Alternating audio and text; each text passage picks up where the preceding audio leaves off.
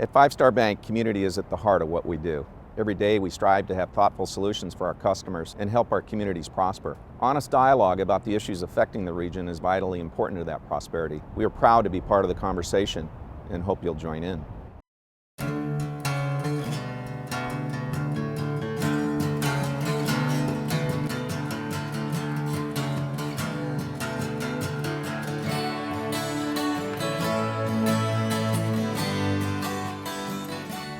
Water. For California, it's more valuable than oil and more fought over by powerful interests than virtually any other statewide resource. Who owns it, how it's used, how it's transported, and who gets to decide are all hotly debated issues. Our current drought is a daily reminder of California's water problems. Joining us today are Einar Maisch, Senior Engineer for the Placer County Water Agency, Tim Quinn, Executive Director of the Association of California Water Agencies, and Pia Lopez, Associate Editor for the Sacramento Bee. Tim, why is water always such a big issue? Oh, it's so central to the success of a community, and the way we grew up. Your water resources were developed locally and you protected them locally. And now we live in a world where everybody needs to know what everybody else is doing, and we like to fight over water more than almost anything else. Pia, the Bee has covered water extensively over the past several months. What's going on that makes this such a big conversation other than the drought at this moment? Well, the biggest thing is that 75% of the demand for water comes from the southern part of the state, and 75% of the water comes from northern part of the state. So, the water goes south of Delta, the water comes from north of Delta. And then we have the big other issue is that 80% of the water that we use goes to agriculture. Most people don't know that. And within household use of water, 50% of it goes to watering our lawns, landscaping. 20% of it goes to toilets, and 18% goes to showers. That's it? Yeah. So we don't really drink all that much. Right. Wow, that's fascinating. Einar, right now, we're sort of back to the future. Jerry Brown put forward the peripheral canal at the end of his last term of office, or somewhere around his last term of office. Yes. Now he's back with this tunnel program. What haven't we solved that this is supposed to address? Well, the tunnel is supposed to address, I think, changes in sea level, changes in climate change, and I think the inevitability of the delta getting saltier. And it would move the intakes upstream safely away from a number of endangered species and out of the saltwater. And so it may be a facility that's necessary in time. The problem that we have right now is that there's no operating plan for how this project would be operated. The modeling that they put forward in the EIR shows that Northern California reservoirs are going to be drained to dead pool 1 year out of 9 or 10. Incidentally, this EIR, I was told, was about 15,000 pages. Actually, if you add them all up, it's 34,000 pages. 34,000 pages, which means that it's a high achiever and almost as complicated as the federal budget or the healthcare bill, the ACA that passed. Do we even know what's in this thing? Well, we've been paying consultants to find out, I can tell you that. I've been speed reading it. This plan, though, as it stands, it's going to put 2 large intakes south of the Freeport Bridge in place. And what I read was kind of astounding, which was it's going to take out of production over 2,600 acres of prime farmland within the southern Sacramento region. That's an astounding amount of land. As a real estate developer in my other life, that represents about 15 years of urbanization in terms of the conversion of farmland to suburban uses for housing. And it makes me wonder, what's going to happen to the farming history of this region once this goes into place? Well, it's a large project, and large public infrastructure projects have footprint impacts that have to be dealt with. Sure. I think that the State Department of Water Resources has done a better job in the last 6 to 12 months working with the locals to identify these kinds of problems, and they've changed the project substantially to significantly reduce those impacts. There's more to do, but there's no denying the fact that this is a large infrastructure project that will have impacts on locals. So, go ahead. Well, I think it's kind of a crying shame. You know, some of those farming families have been there since the gold rush. I mean, back when the Swamp Act was passed, and they went and claimed that land by building those levees and planted those, and they've been in the families for many, many generations. And to be moved off their land, I understand the issue that if you're going to do a big project, there are going to be impacts, but I don't know how they're going to mitigate that. Well, Pia, here's where the impact gets a little bit ironic in the face of other things going on. So Sacramento right now is trying to diversify its way, this region is trying to diversify away from government. And the strongest tenet of this next economy plan that's come forward is focusing on where we have a core strength, and that's in agriculture. We get this national acclaim for having the sustainability blueprint to slow down the conversion of prime farmland, yet we've got a government project that's going to take out 15 years worth of prime farmland. At the same time, we're trying to improve our competitiveness in this area. Does that make any sense? Well, let me put it this way. You have competing farm interests here. I mean, you have the farm interests in the Delta, but you also have the farm interests south of Delta. I mean, you know, like I said before, 80% of the water that we use goes to agriculture. And right now you have people that are having to take almonds out of production, having to take with the drought, taking all kinds of farmland out of production. So, you know, this is an attempt to try and smooth out some of the volatility of where water goes. Obviously, you have different farming interests. I mean, you have different fishing interests versus these different land interests. So those are things that have to be worked out. Okay, but the reality is this. Tim, 25 years from now, if we were to do nothing and just put our heads in the sand, what would be the impact on California?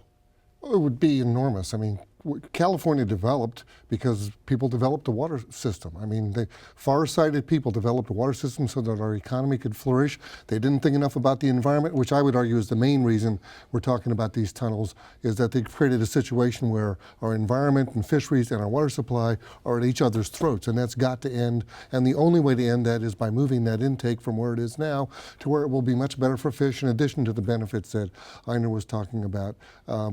And if we don't make these changes, the ag economy will be the first to dry up and go away. I don't think you can credibly make the case that our urban economy dries up and goes away. The urbans have the ability to spend more on water, and they will spend ridiculous amounts on water. They become less enjoyable places to live. Our agricultural economy, which is really important to this state and which we ought to be protecting, is really at risk with regard to whether or not we do some of these investments we're talking about today. Now, Einar, I want to make sure that we're clear here. So if we put these tunnels in and we change the flow of water, it's going to help the Delta or to push like a filter the salt that is creeping in back out into the ocean, correct? Well, not exactly. The sea level's rising. It's been rising for thousands of years. It's risen 10 inches in the last 100, and it's projected to rise another 17 inches. And the climate's changing. I mean, we're looking at the drought this year. And the two are changing the way the system works. And what's projected to have happen is that we eventually won't be able to continue to meet the environmental standards in the Delta that we met historically. But that's a tough issue. That's a really hard issue of changing environmental standards. And so in the modeling for the BDCP, they didn't assume that they would change the standards. BDCP? Bay Delta Conservation Plan. All right, and this is Governor Brown's $25 billion plan with the 30,000 pages, right? So it's not really the tunnels that are potentially destroying Northern California reservoirs, draining reservoirs and destroying the economy. It's really the fact that the world is changing, that sea levels rise and the climate's changing. These are the inexorable forces that are driving things to change. And in our view, the problem is that the regulations aren't prepared to adapt to changing sea level, changing climate change. And that's the problem. Pia, how does our current drought change the conversation on this issue? Well, it changes it in a lot of ways. I think people are thinking long term for the first time in a really, really long time. It's not just climate change. If you look at, scientists have been looking at the last 4,000 years of water levels, and the last 150 years are about the wettest years that we've had in Really? 4,000 years. And we built a water system based on that 150 years of wet year water. And we're inevitably going to be seeing over time just drier conditions in addition to climate change. But where the conversation really has changed is with groundwater. California is one of the few states in the country that does not regulate groundwater. Even Texas has better regulation of groundwater. What you're seeing in the Central Valley especially is what they call subsidence, where they're taking so much groundwater out that it's affecting the water aqueducts because they're sinking, it's affecting roads, it's affecting all kinds of things. And while California's Constitution itself regulates the surface waters, rivers and streams, there is no regulation of groundwater. And who benefits from that lack of regulation? Well, let me jump in. The fact is, a lot of groundwater basins are very carefully managed in this state. In Southern California, virtually all the groundwater basins are managed. That's true for some places outside. There are places where we don't have adequate management, and that economic train is largely being driven by landowners for whom commodity prices now are very, very strong, and so they're expanding production. They drill a well. Nobody can stop them from drilling a well. They start pumping water, and the groundwater basin gets overdrafted. Yeah. And I would agree without agreeing that we don't do anything to regulate it. A lot of parts of California do. Where my organization is coming from is that we have to retain management at the local level because the locals are the only ones that can get the job done. But the locals have to be held to a standard where we're returning that resource to sustainability. In water, I've been told in the past that all things are geographic. And so the common saw in this part of the state is that the South is taking all our water, and Pia gave some statistics to support that. But I'm a bit confused because on the other hand, what I read is that, for instance, that Los Angeles uses the same amount of water today that it did 30 years ago. And that, in fact, that they have been able, through conservation measures, to where they state that the drought really is not going to affect them, and that really you folks up in the Sacramento region need to look over at East Bay mud in the Silicon Valley because they're the ones that are drinking from the straw. What's the truth? The Metropolitan Water District of Southern California, that's the conduit through which water goes into Southern California from the north, has reduced its use of imported water from 2.4 million to 1.8 million over the last 20 years. And they've spent a lot of money to do that. By the way, they've combined that with storage. And you need both of them to. But isn't that something that environmentalists completely reject? No. No, actually, it's exactly no. what the environmentalists say we should be doing, Yes. and that's what they've been doing in Southern California. Really? Yeah. Spending billions of dollars. We need to, and it's not that other places are not doing wise water management. They are, but we can all learn from that lesson. That we've got to get our demands down. We need to invest in infrastructure so we can better manage the system for both fisheries and that's certainly one of the lessons in water supply reliability, and that's certainly one of the lessons I hope we're learning in this drought. I mean, this is the thing in Southern California, what they've been really, really good at. And the argument between environmentalists and others is not over storage per se, but where the storage is. Okay. Environmentalists agree that we need storage south of Delta. The fight is over whether you should have more storage north of Delta. So Los Angeles is a great example where they store water they store their surface waters, and then the local agencies take that water and they store it in groundwater basins. And for example, Orange County is the world leader in recycling, and they store a lot of that recycled water in groundwater basins. So Southern California is doing a much better job of recycling and of storage than anybody else is. Well, I want to come back to the local impact. You talk about south of the Delta, north of the Delta. Yesterday, I was in Bel Air Market on Laguna Boulevard in Elk Grove. Yes. And I asked 10 people about had they ever heard of this Bay Delta plan. Not a single one knew anything about it. And when I hear from the readings that for a 10-mile stretch from a little bit south of the Freeport Bridge all the way to Walnut Grove is essentially going to be forever changed, why aren't people more engaged on this issue? I've gone out and made a number of presentations trying to let people know what's going on, and one of the most remarkable questions I get is, how come I don't see this on Channel 3? And not to poke at any particular, but It's certainly been in the paper. it's been all over the paper. The Bee has done a wonderful job. You know, everybody I know in this business is out trying, you know, everybody has a perspective and everybody's trying to raise the awareness. I've spoken at a number of clubs. And it's just remarkable that, you know, it's difficult these days to get through to average citizens. What are the stakes? What are the stakes for us? I think the stakes are as high as it gets. I think it's our economy. And again, it isn't whether or not we build the tunnels, it's whether or not we can develop an operating plan that can deal with dry years like this year. You know, the folks who are running the systems don't have a plan for how they operate in dry years. This year, for example, Folsom Lake was at the same level in last July that it was in 1976. By the time we got to December, it was 120,000 acre-foot lower than it was in 1977. Those were management decisions. Give me a ballpark. How many feet lower is that? That's easier for me to understand than acre feet. Or percentage capacity. Yeah, well, Can you say empty? Yeah. I mean, no, That's about it? Folsom Lake right now is less than 20% of capacity. Well, Folsom Lake right now has about 70,000 acre feet left before the level of the lake falls below the outlet that serves Folsom, Roseville, and San Juan Water District. And so 120,000 acre feet was let out of the reservoir in anticipation that, oh, it has to rain.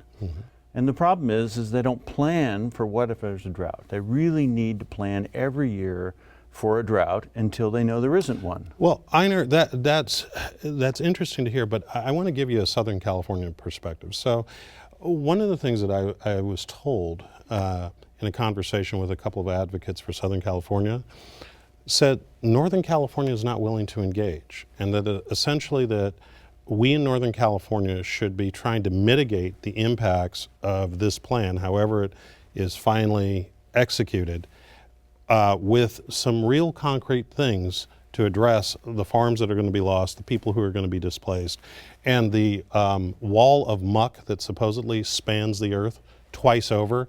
That it was interesting to read a state official on their blog was waxing eloquent about the wonders of muck that's going to be generated from all of the digging that's going to take place. But that in fact that Northern California is sort of laying in wait, sitting on its hands and waiting to sue. And that's the only form of engagement that is really taking place. I think that may have been accurate maybe a year ago. I think it's much less so today. Okay. I represent both the Northerners and the Southerners. I mean, we are a truly statewide association. So you were probably blonde like 6 months ago? Well, or and so? I was not anxious to have my members suing each other over something as important as the Delta project. The key, and I'm echoing here some of the things that that Einar was hinting at, the key is to put those tunnels and the Delta in a broader statewide context. Previously, the policy seemed to be tunnels only, Bay Delta Conservation Plan only. We can never agree if the Delta is the only thing we're talking about. And where Aqua has come from, and we now have 90 of our member agencies around the state, including Einar's, that have endorsed this approach, a statewide water action plan that includes Delta improvements, but it also invests in storage, it invests in getting demands down, it invests in restoration. We need to do all of those things in an intelligent, comprehensive way. And there we're finding we can get very broad statewide support if we stay on that focus. I hope that the governor's seeing the logic of this, and I think there's some evidence of that in the state of the state.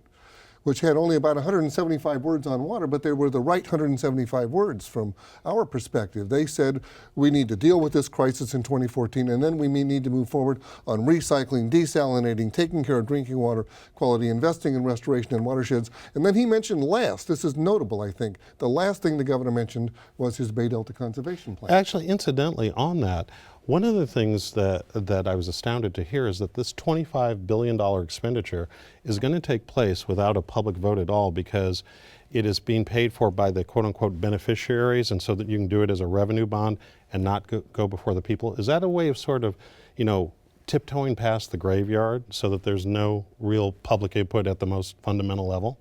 I don't think so. I mean, you don't do things in private in water in California anymore. The approach that they're taking on, it's true that they don't intend to send it to the voters. That is true. But it also came out of the legislature 4 years ago. In 2009, the legislature was all over this issue. It was one of the most debated aspects of very comprehensive legislation that was passed in 2009. And 30 years ago, we tried to make this a political decision, and it became a political decision, and I'm not sure that we benefited from that. Now we've moved it from a political environment where the legislature has said to deal with this under the acts, the Endangered Species Acts, as a science-based regulatory process. And if you wind up getting what's called a Habitat Conservation Plan, Natural Communities Conservation Plan, sorry for the jargon, but your viewers should hear that as the highest environmental bar in the country. They've said get over that bar and you can move forward with your project. I mean, the issue, Scott, is Department of Water Resources said they don't need to take it back to the legislature or to the voters. They believe they have authority going back to 1990s on this, and that's questioned. I mean, that's a controversial It's $25 billion. Well, they still have to get the appropriations, and there will be some costs for the public. No one is saying that 100% of the costs are going to be on the water contractors or the water agencies. So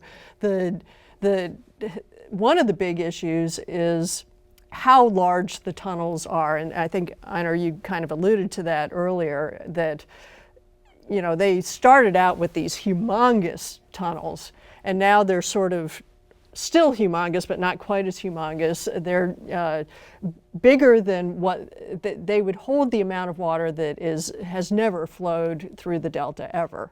And well above average, which is why water agencies in Northern California are very concerned, because the governance issues haven't been decided as to how much water will flow through those tunnels. And the fear in Northern California is that if the water agencies and the contractors pay for this, then they will feel that they are entitled to whatever flows they want. The governance issue for me is another key issue. There was a grand deal struck back when they built the CVP, and that was that the exporters could take the surplus from Northern California, and how you regulate that they're only taking the surplus and not draining Northern California reservoirs is a problem. As an engineer, I think the tunnels need to be as large as possible so that when we have high flows in the wintertime, they can take as much water as possible, build reservoirs south of the Delta and fill them. Mm-hmm. But when it's dry, or when you get to the summertime, don't drain our reservoirs to continue to take more water than is available to meet local needs and the needs of the environment in Northern California. The Southern California's got all these reservoirs, but they don't release one drop of water for the environment. Once they get it through, it's theirs. Right. Our reservoirs in Northern California are on the line to support the environment every day. Incidentally, I want to, in our final minutes, I want to come back to the economic issue. So one of the things that's being touted by the administration is this $25 billion investment and what an economic stimulus it's going to be. But unlike the contrast with, at least on a more local parochial issue, the development of this arena, if it goes forward, where it is that there's a decided intent on local business, so some of that economic development actually happens here. There's no discussion of that. It's very silent, and as part of mitigation for this huge disruption and permanent altering of a way of life, why hasn't there been any discussion on ensuring that some of those dollars don't just go overseas or out of state, so that way there really is some mitigating benefit to the implementation of this plan from an economic standpoint? I'm not sure how to answer the question. I do want to get back, though, Scott, to the question of who's paying these costs. And they're divided, I would argue, along fairly sensible lines. The capital costs of any new water infrastructure will be paid for by water users. There'll be contracts signed, there'll be obligations to pay bonds that involve the contractors that supply the water, and I think it's entirely appropriate that they do that as a contract as opposed to a vote of the people. And Pia is right, we will need some money for truly public benefits, largely environmental restoration in the Delta. That money we will look to from the voters, and we will go to the voters to vote on it.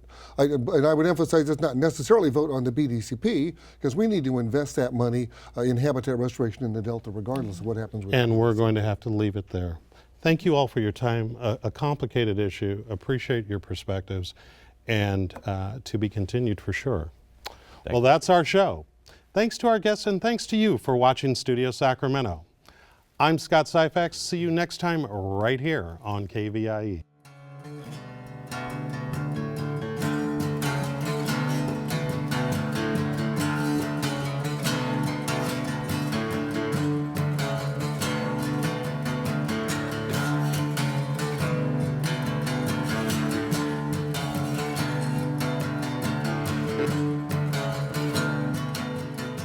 At Five Star Bank, community is at the heart of what we do. Every day we strive to have thoughtful solutions for our customers and help our communities prosper. Honest dialogue about the issues affecting the region is vitally important to that prosperity. We are proud to be part of the conversation and hope you'll join in. All episodes of Studio Sacramento, along with other KVIE programs, are available to watch online at kvie.org/video.